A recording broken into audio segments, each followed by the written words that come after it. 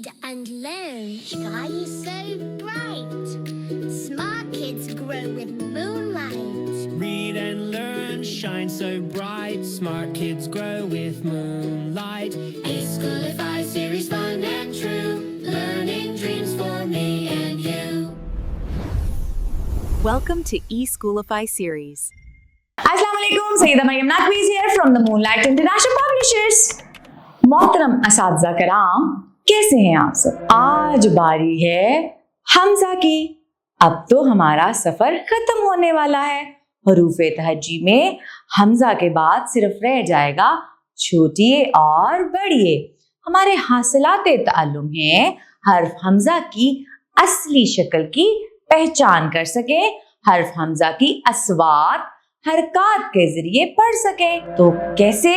हमज़ा ना तो किसी के शुरू में आता है, ना तो किसी के आखिर में। हमज़ा की अपनी कोई आवाज नहीं होती। हमज़ा जब किसी लफ्ज के साथ इस्तेमाल होता है तो अपनी आवाज देता है, जैसे आईना, रजाई, मलाई, दवाई, चाय, जाए, आए, जाएं। ठीक है, तो आपने इनके फ्लैश कार्ड बनाने हैं, बच्चों को दिखाना है और बच्चों को तफसील से बताना है कि हमज़ा की पहली और आखिरी कोई आवाज नहीं होती। हमज़ा लिखते किस तरह है? बिल्कुल आयन की आधी शक्ल की तरह, उल्टा घुमा के दाल, सीधा ऊपर, तिरछा नीचे। तिरछा जैसे स्लैंट लाइन होती है, तिरछा नीचे हमज़ा बनाएं। हमज़ा, हमज़ा, हमज़ा, आईना, दवाई, मलाई, रजाई। और इससे अच्छी बात है आईना। आईना हमारी शख्सियत का आईनादार होता है।